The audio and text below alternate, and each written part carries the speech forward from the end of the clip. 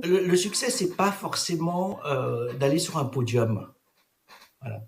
Moi, je savais de toute façon que je finirais dans les derniers, mais je me disais good enough, parce qu'en fait, il y a des gens qui ne vont pas finir. Il y a plein de gens qui ne s'inscrivent pas. Il y a plein de gens qui ne pourront pas s'inscrire.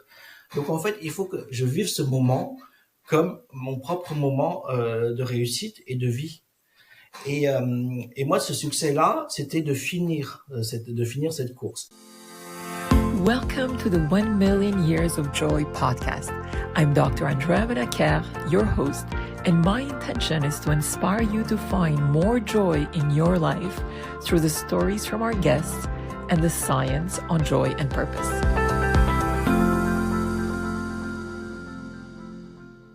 Wilfried, quel plaisir de te parler aujourd'hui. Bonjour Andrea, enchanté.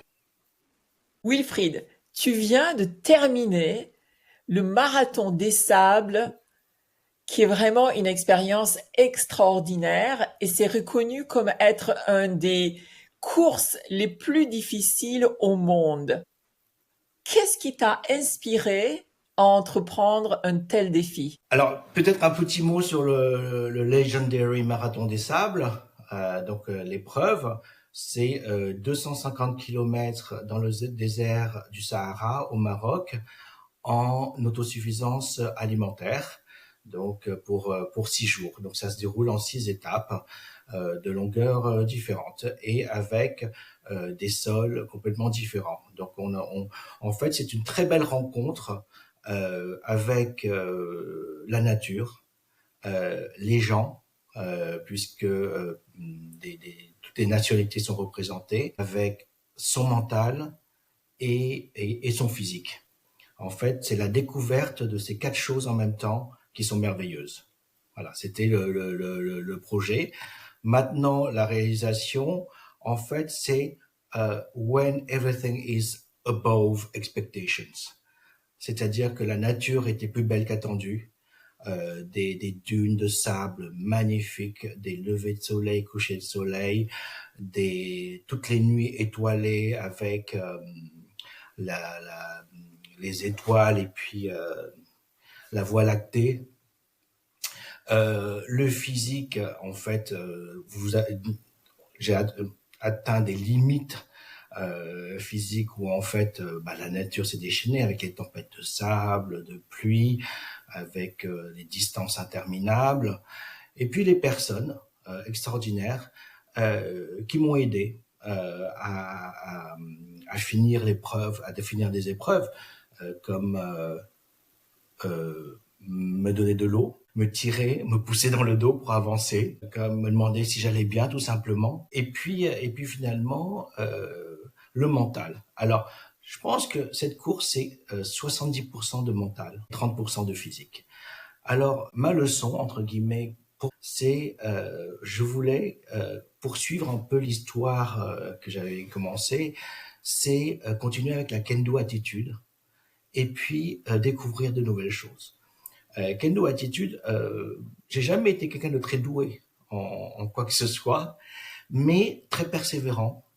Donc en fait, je pense que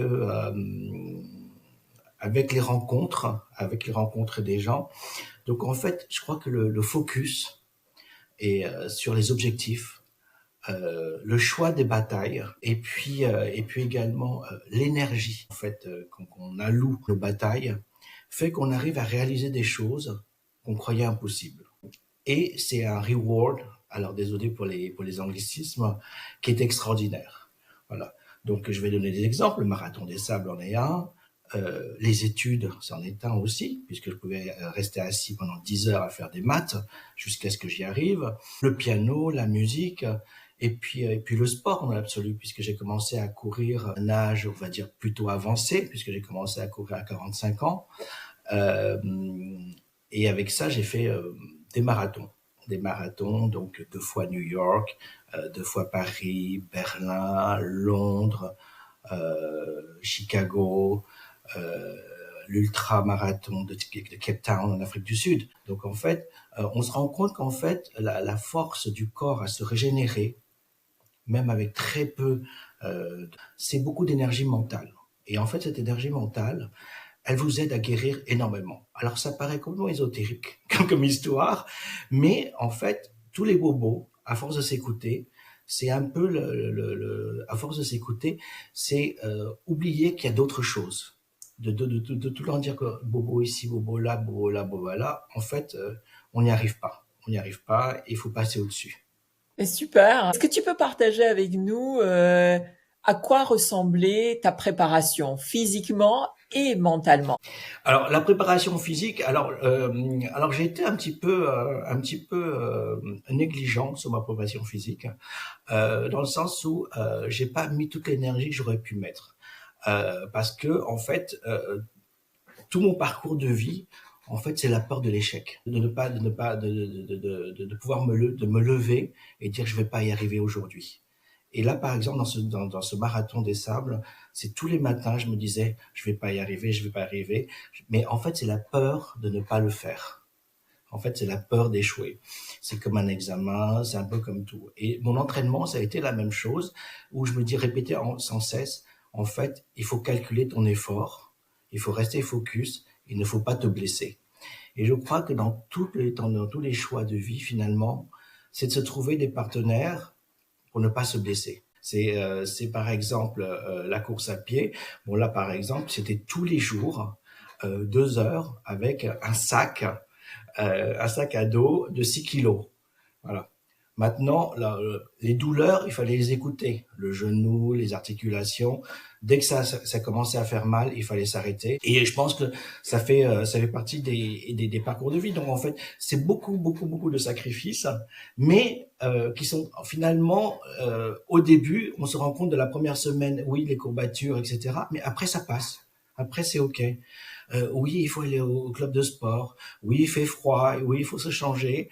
Mais après, c'est un tel plaisir de faire du sport qu'on en oublie en fait qu'on en oublie la pénibilité. À ça, j'ai dû me mettre au régime, donc perdre du poids, puisqu'en fait, comme vous êtes en autosuffisance alimentaire, ça veut dire 11 kilos sur le dos, en plus de votre poids classique.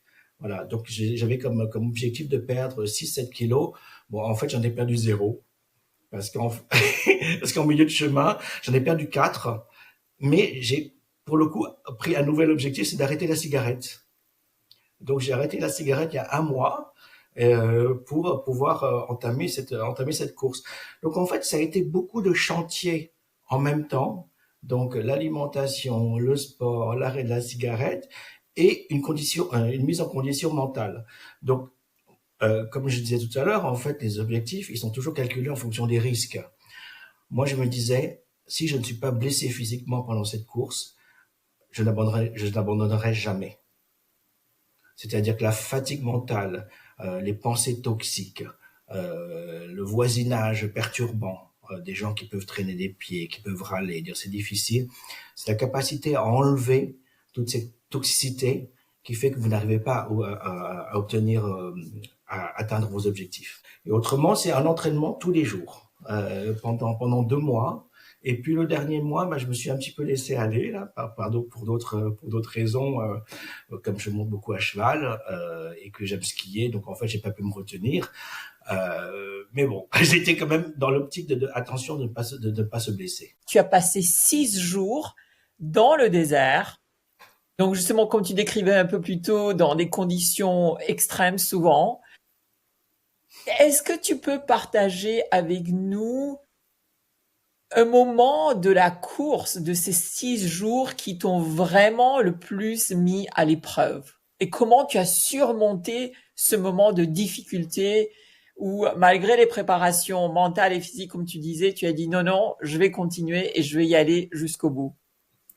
Alors c'est la quatrième étape du marathon des sables qui en fait est de 82,2 kilomètres.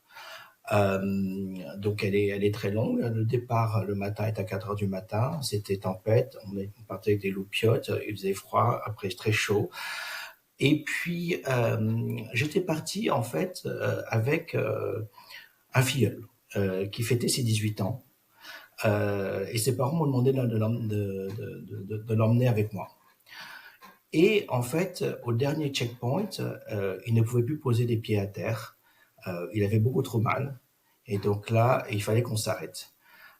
Sauf que, que dans le marathon, vous avez toujours des voitures balais. Ici, c'est des chameaux balais. Et vous avez un temps maximum pour réussir une épreuve.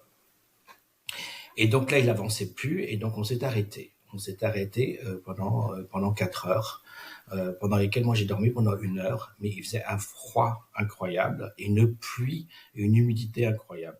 Et là, j'ai attrapé froid. J'ai attrapé froid, ce qui veut dire qu'en fait, il n'y avait plus rien dans mon corps qui tenait. Donc tout ce que j'avais ingurgité était reparti. Donc ça, depuis ma dernière alimentation, qui était 9 heures le soir. On est reparti à 4 heures du matin et j'avais toujours rien dans le ventre. Il restait à peu près 15 kilomètres à faire. Donc en fait, de 9 heures le soir jusqu'à 11 heures du matin, sans eau et sans nourriture. Donc là, j'ai vraiment puisé sur toutes mes réserves et je me suis dit, là, c'est la fatigue, mais ton corps tient. C'est-à-dire que j'avais pas de douleur musculaire. Je crois que je fais partie peut-être le seul concurrent qui n'a eu aucune ampoule au pied. Ça aussi, ça a été dû à la préparation du matériel. Et à 500 mètres de l'arrivée, je me suis effondré d'émotion, effondré en larmes, ce qui m'arrive quand même très rarement. Et là, je crois que j'ai compris qu'en fait, la solitude, c'est-à-dire qu'en fait, je suis resté tout seul. Et donc, si on avait été deux, je pense que ça aurait été plus facile de finir, de s'entraider. Donc là, j'étais tout seul. Donc en fait, cette solitude-là, ça m'a beaucoup pesé. En fait, il n'y a plus que deux étapes et je me disais que c'était impossible d'arrêter parce que lorsqu'on a fait 82,2, on saura faire 42 le lendemain, on saura faire 21,5 le 21 quelque chose le surlendemain. Donc, c'est pas possible de s'arrêter au 4e jour. Et en fait, c'est ça qui m'a fait avancer. Tant que je ne suis pas blessé physiquement, tant que c'est le mental qui est en train de m'achever, tant pis, je vais passer outre. Je vais réussir à passer outre. Voilà. Et puis, on pense beaucoup aussi à ses amis, beaucoup à sa famille. C'est des moments où, en fait, il est très important d'être entouré. Ne serait-ce que des pensées, un visage, un sourire, un regard, un mot qu'on vous a dit il y a une quinzaine d'années. Ce sont des choses qui vous font avancer. Ah, c'est beau. Je me demande justement si, malgré donc justement ces moments de difficulté extrême et de souffrance, est-ce que tu as pu trouver des moments de joie? Alors, les moments de joie, en fait, je suis quelqu'un qui est très joyeux de nature. Les moments de joie, c'est le départ le matin. Donc, en fait, je me réveille et là, je me dis, mais qu'est-ce que je fous là? C'est pas possible. Je vais pas y aller. Et en fait, quand tu es à la ligne de départ, là, c'est comme si le visage s'éclaire et c'est comme tous les concurrents, entre guillemets, ne sont plus concurrents et qu'en fait, tout s'éclaire d'un coup avec le lever de soleil. Et là, tu as la musique et là, tout part. Et en fait, c'est des moments où en fait, il y a une telle libération du corps et de l'esprit qu'en fait, tu ne penses plus à rien. Donc, et ça, c'est la première chose. La deuxième chose, c'est quand même un voyage. C'est un voyage où en fait, on découvre. Donc, dès qu'on monte sur la première dune et que le soleil se lève et qu'on en voit 8 derrière des dunes de sable, là, c'est extraordinaire. C'est une vue qu'on ne voit qu'une seule fois dans sa vie. Et la dune, on l'a montée. Donc, avec ses propres jambes, ses propres mains, ses propres bâtons, avec ses propres moyens. Donc, en fait, il y a le risk ou reward là. Donc, en fait, il y a toujours cette récompense. C'est une sorte de méritocratie. Voilà, qui fonctionne très, très bien. Et puis, le matin, en fait, j'arrive, on est dans une tente, on dort par terre, hein, on connaît personne, on est avec 7 étrangers, mais le matin, on se dit, à ce soir, vous promettez, on se voit ce soir. Et ça, dans la tête, ça fait avancer aussi. Et quand on les croise en cours de chemin, sur des checkpoints, c'est est-ce que tout va bien? Est-ce que tu as besoin d'aide? Est-ce que tu veux quelque chose? Sinon, je continue. Donc, il y a aussi cette entraide. Donc, c'est des très beaux moments. Donc, des moments de paysage, des moments de lutte physique, des moments de surpassement mental, des rencontres avec des gens qui sont extraordinaires. Voilà. Donc tous ces moments-là, et puis il y a l'arrivée aussi, l'arrivée de chaque étape, je dirais qui est encore mieux que l'arrivée de l'épreuve finale. L'arrivée à chaque étape, c'est un rendez-vous au bivouac. C'est voir tous ces visages épuisés, mais il y a cette contradiction de la fatigue avec ce bonheur, qui est quand même très, très inexplicable, peut-être un petit peu schizophrène, peut-être un petit peu masochiste, mais qui est quand même très très beau. Donc, et tous les gens viennent regarder, dire comment ça s'est passé pour toi. Comme je disais tout à l'heure, je fais peut-être partie des seuls qui n'ont pas eu d'ampoule. Si tu veux, toutes les tantes autour, quand j'arrivais, disaient enlève tes chaussures, montre-nous tes pieds. Donc ça fait aussi des rencontres et puis des gens que je vais revoir après, puisqu'il y a d'autres projets qui vont être mis derrière. Il y aura le semi-marathon des sables qui se fera en Jordanie. Bon, évidemment, ce n'est plus que 120 kilomètres, mais c'est aussi la découverte. Donc à chaque fois, c'est des très très belles aventures de voyage, un peu comme tous mes marathons en fait. Entre le New York, Berlin, Londres, Chicago, ça a été des découvertes à chaque fois. Ce que je trouve aussi vraiment incroyable de ton côté, c'est que, de ma connaissance, tous les autres marathons que tu avais faits étaient que pendant une journée. Et là, tu es passé d'une extrême à l'autre. Et Oui. donc là, c'est quoi le nombre total de kilomètres que tu as fait dans ce marathon des sables, donc au Maroc, versus le plus grand marathon que tu avais jamais fait avant? Alors en fait, c'est 250 kilomètres sur 6 jours. Et avant, le plus long que j'avais fait, c'est 65. 65 en une journée. En fait, je crois que ce qui a été le plus difficile, c'était la récupération. C'est tous les jours rentrer, manger du sable, parce qu'on mange du sable en permanence, dormir à même le sol, ou même avec un petit matelas ou un tapis. Il y a quand même des cailloux. On dort très peu. Et en fait, on est obligé de se réveiller vers 4-5 heures du matin, tous les matins. Donc, en fait, moi, ma plus grande appréhension, c'est de ne pas pouvoir récupérer mon corps. Et finalement, le corps est d'une force incroyable. C'est-à-dire que tu dors à côté d'inconnus, mais là, tu te mets à dormir. Parce qu'en fait, ton corps, ta tête te dit, tu n'as pas le choix, il faut y aller. Et le fait de le faire tous les jours, donc en grosso modo, c'est comme si j'avais enchaîné 6 marathons, un marathon par jour. Et en fait, c'est pas du tout la même optique. En fait, les autres marathons, c'est une course euh, où on se dit 8 heures je commence, au pire à midi j'ai terminé. Tu as des contraintes de météo, tu as des contraintes, etc. Et ton corps, il a donné 42 kilomètres sur 4 heures. En général, je fais beaucoup moins, mais on va dire 4 heures. Et le lendemain, ou quelques heures après, tu as des courbatures partout. Les cuisses, les bras, les jambes, ta tête. Ce n'est pas du tout au niveau joie et au niveau bonheur, la sensation d'être allé chercher des impressions euh, plus heureuses, si je peux m'exprimer comme ça. C'est-à-dire que j'ai ouvert une sorte de sensibilité où, par exemple, je pleurais très peu. Et là, dans le Marathon des Sables, il y avait une association qui s'appelle Le Sable dans les yeux. Et en fait, c'était 8 personnes qui portaient une personne handicapée. Wow. Et à chaque fois que je les voyais, il y avait 2 aveugles qui étaient tenus par la main, par des guides. Et là, je me suis dit, c'est pas possible. Leur mental est tellement fort. Mais leur vie professionnelle n'est pas forcément une réussite. Leur vie familiale n'est pas forcément une réussite. Mais ils arrivent à faire quand même des choses extraordinaires. Courir pour une association, dans ces cas-là, c'est extraordinaire. Au mois de 7 novembre, ils vont organiser un marathon des sables pour les handicapés. C'est magnifique. À chaque fois que je les voyais passer, je m'arrêtais pour regarder. Je m'en fichais de mon temps, je m'en fichais de mon allure, je m'en fichais de mon classement. Je crois que ces personnes-là, elles étaient au-dessus de tout ce qu'on pouvait voir. Donc c'est aussi s'ouvrir aussi à des sensibilités qu'avant j'avais, mais qui n'étaient pas allumées. C'était des veilleuses, voilà. Et donc qui donnent peut-être envie de faire aussi autre chose. C'est-à-dire que le prochain marathon des sables, je vais peut-être essayer de courir pour un hôpital, une cause, et ça rapportera davantage que finalement moi, ce que j'ai vécu, c'est bon maintenant, je sais. Je peux essayer de le faire pour autre. Waouh, c'est très beau. Merci vraiment de partager ces moments.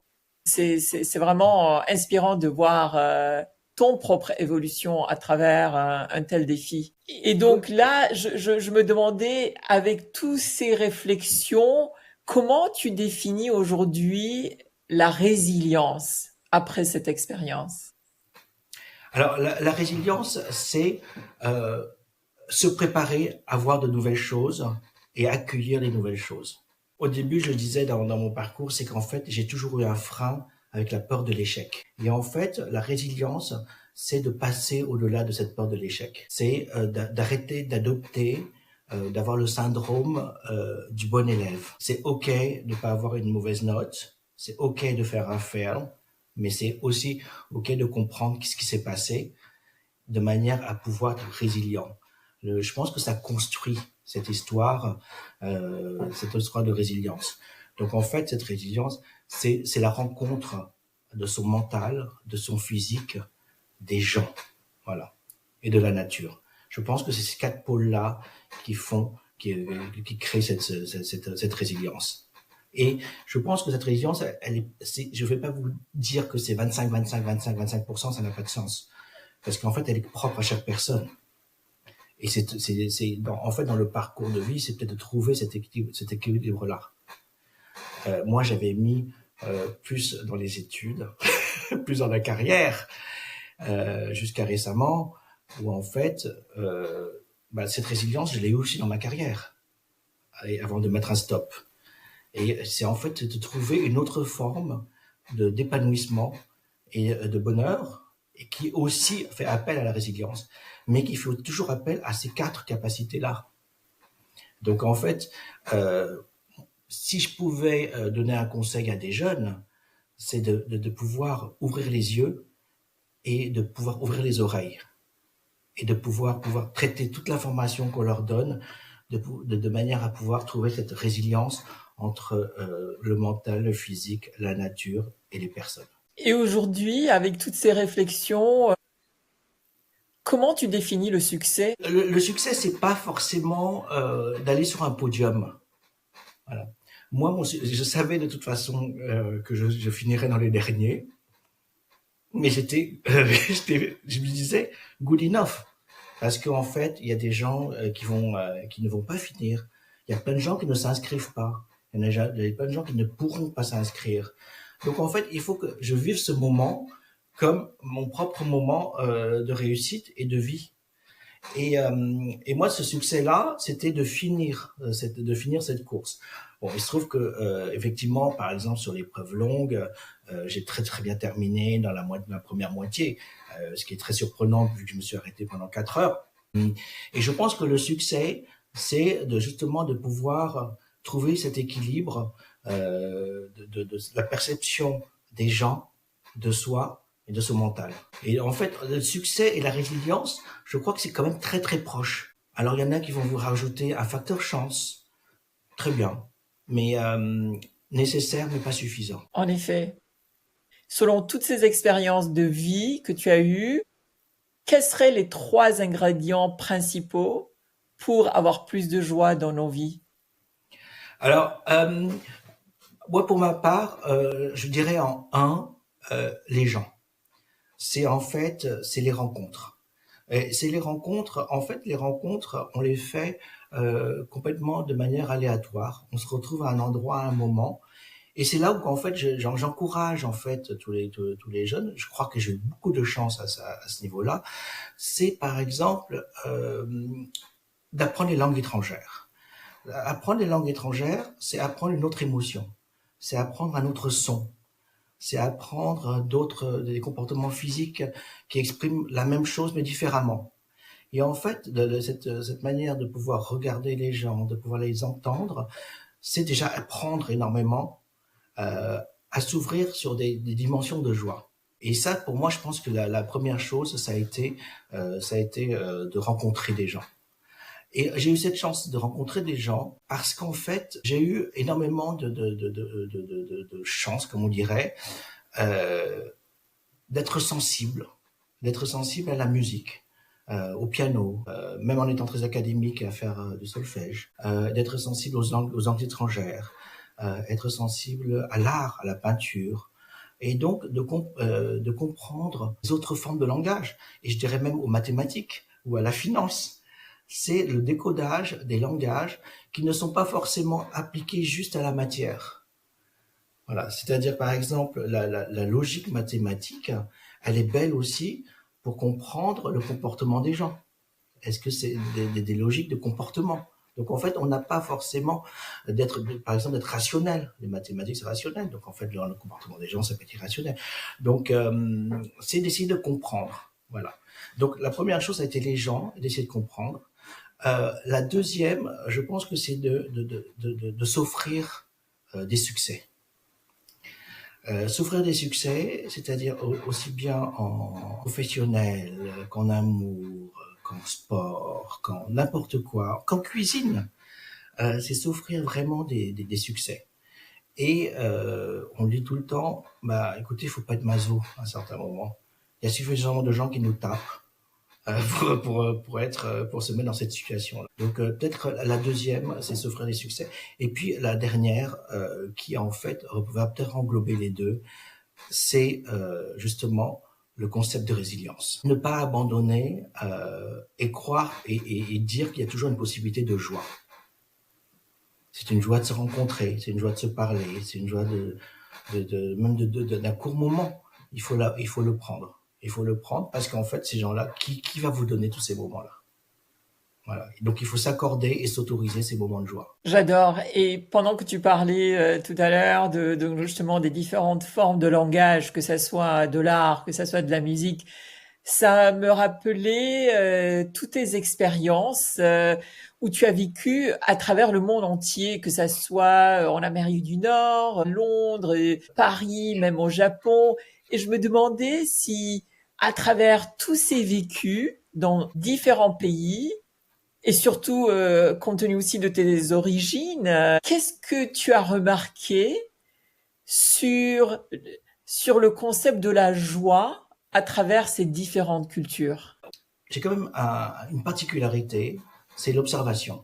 Je regarde tout le temps, je regarde tout le temps. Et je pense que la joie, les yeux, c'est le résultat de la joie.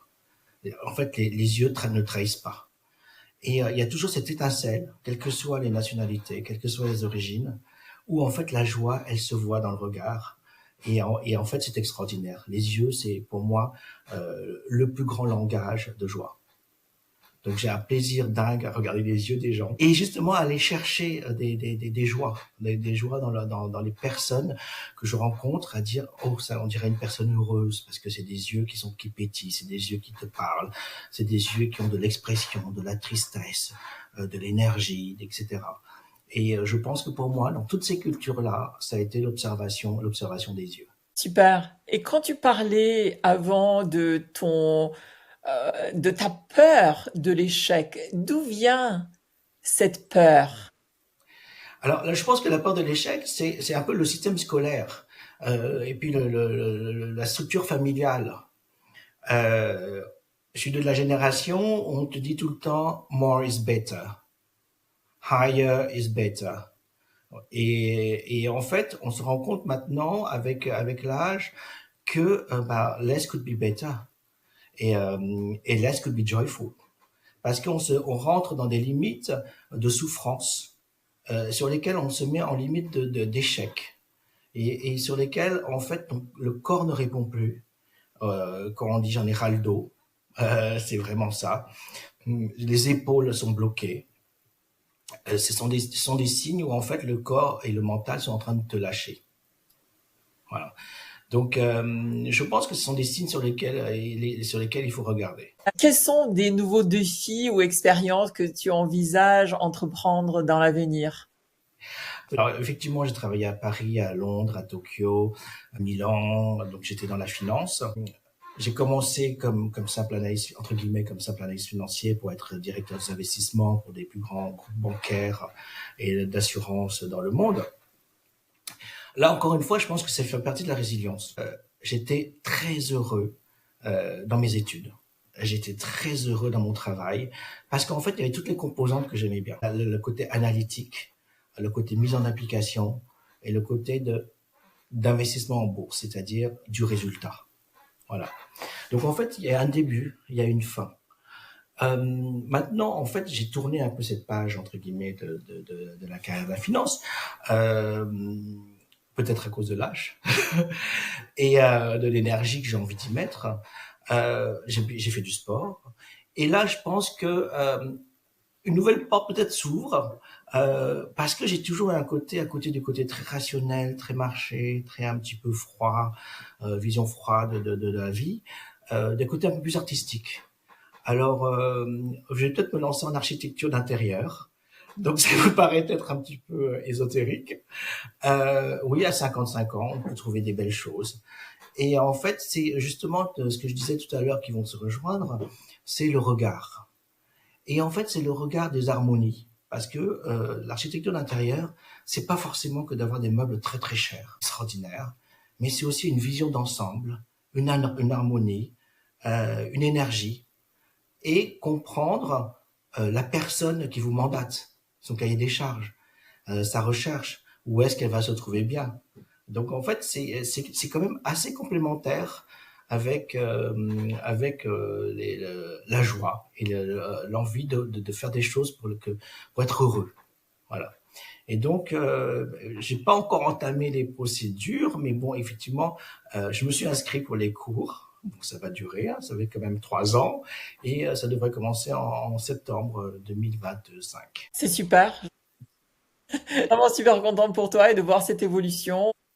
C'est Voilà, je clair. crois que la vie est vraiment une opportunité de se découvrir, de découvrir des talents qu'on n'a jamais imaginés et de s'écouter soi-même. Parce que souvent, un peu ce que tu disais tout à l'heure, c'est quand on est très jeune, on aura peut-être beaucoup d'influence de nos proches, nos cultures qui vont souvent nous orienter vers certains chemins. Et je dirais que plus on avance dans l'âge, plus on devient soi-même, Oui, plus en harmonie, un peu en utilisant le même terme que tu as utilisé, on est plus en harmonie avec ce qu'on adore, ce qu'on souhaite vraiment faire. Et il y a toute cette évolution, même comme tu disais, comment on définit le succès. tout à fait, tout à fait. Et c'est pour ça qu'en fait, tous les chemins ne sont pas rectilignes. Et c'est ça c'est la Exactement. beauté. C'est la beauté des chemins qui se croisent et des chemins sinueux. C'est de pouvoir justement aller voir d'autres choses, hein, et qui peuvent être des ouvertures sur énormément de bonheur et qui autrefois étaient fermées. Donc, si tu avais un avis à donner à Wilfried dans sa jeunesse, quelles seraient ses recommandations? Euh, je pense que se libérer davantage de ce qu'on attend de toi en tant qu'être humain. Dans le sens où en fait, effectivement, lorsqu'on gradue de bonnes, voire de très bonnes business schools, on s'attend effectivement à toujours plus, toujours plus, toujours plus, toujours plus, toujours plus. Et en fait, moi, je l'ai fait trop jeune. Et moi, j'aurais aimé apprendre à dire non. Et je n'ai jamais su dire non. J'ai eu le syndrome du bien élevé et le syndrome du bon élève. Donc c'est toujours up et toujours yes, yes, yes. Et effectivement, dans les générations, dans les années 90, professionnellement, c'était up or out. Donc quand on vous disait on va te promouvoir, il faut savoir dire non et dire pourquoi on dit non. Moi, j'ai été mis face à des responsabilités à 38 ans, j'étais pas prêt. Voilà, et je regrette, j'avais 38 ans, responsable d'une équipe de 70 personnes. On gérait sur les equity, sur les actions, donc 60 milliards d'euros sous ma responsabilité. Non, 38 ans, c'est beaucoup trop jeune. Il faut savoir dire non, et là, il faut comprendre, trouver rapidement ses moteurs de bonheur. Et là, j'ai compris qu'en fait, j'ai eu une rupture du moteur, qu'en fait, j'étais malheureux. Et ce malheur-là, entre guillemets, a eu du bon, puisque c'est à ce moment-là que je me suis mis à la course. Donc, il faut trouver des solutions et ne pas rester justement enfermé dans sa douleur. Et trouver des portes, ouvrir des portes qui apaise votre douleur. Voilà. Et moi, ça a été par exemple la course à pied. J'adore. Ouais. Et si tu avais un message d'espoir pour les jeunes aujourd'hui qui commencent leur carrière, commencent à explorer différents chemins à entreprendre, quelles recommandations tu leur donnerais aujourd'hui, surtout dans le contexte macroéconomique et politique dans lequel on vit? Alors, moi, je pense qu'il faut faire appel à une mobilité, une agilité intellectuelle. C'est-à-dire que ce qu'on commence, c'est juste pour structurer son cerveau. Et agilité, c'est de pouvoir lire d'autres messages. Donc, d'autres messages, c'est-à-dire apprendre à écouter, apprendre à regarder, apprendre à comprendre. Et ça se fait pas forcément, ça se fait via évidemment les études, mais aussi à ce qu'on te donne, c'est-à-dire le sport à l'école. Il faut comprendre que est-ce que ça te rend heureux de faire du sport aujourd'hui? En quoi tu peux être bon si tu n'es pas agile de la main droite? Est-ce que tu es agile de la main gauche? Est-ce que tu es agile des deux jambes? Est-ce que c'est un équilibre sur lequel tu es bon? Donc en fait, il faut trouver ces pistes-là. Donc d'avoir cette mobilité à comprendre, à regarder, et cette agilité pour pouvoir se transformer. Maintenant, avec toutes les évolutions technologiques, on voit que certains métiers vont être un peu mis en danger par l'intelligence artificielle. Donc, comment aller avec ces nouveaux mouvements? Est-ce qu'il y a des choses qui sont plus durables, qui peuvent te rendre l'augment durable? Donc là, j'invite beaucoup les jeunes à communiquer avec les parents. Alors certes, c'est évidemment qu'on a des parents qui sont un peu plus ouverts, un peu plus avantagés, entre guillemets, ça rend la discussion plus facile. Mais maintenant, il y a tellement de centres d'aide, de centres d'écoute, qu'il faut tenter sa chance et trouver où est-ce qu'on est. Donc c'est vraiment de s'ouvrir aux autres et d'être mobile et d'être agile. Mais merci Wilfried, ça a été vraiment un immense plaisir de te parler aujourd'hui et que le chemin de l'avenir soit rempli de belles aventures, beaux marathons et de beaucoup de beauté. Merci. Merci Andrea, à bientôt.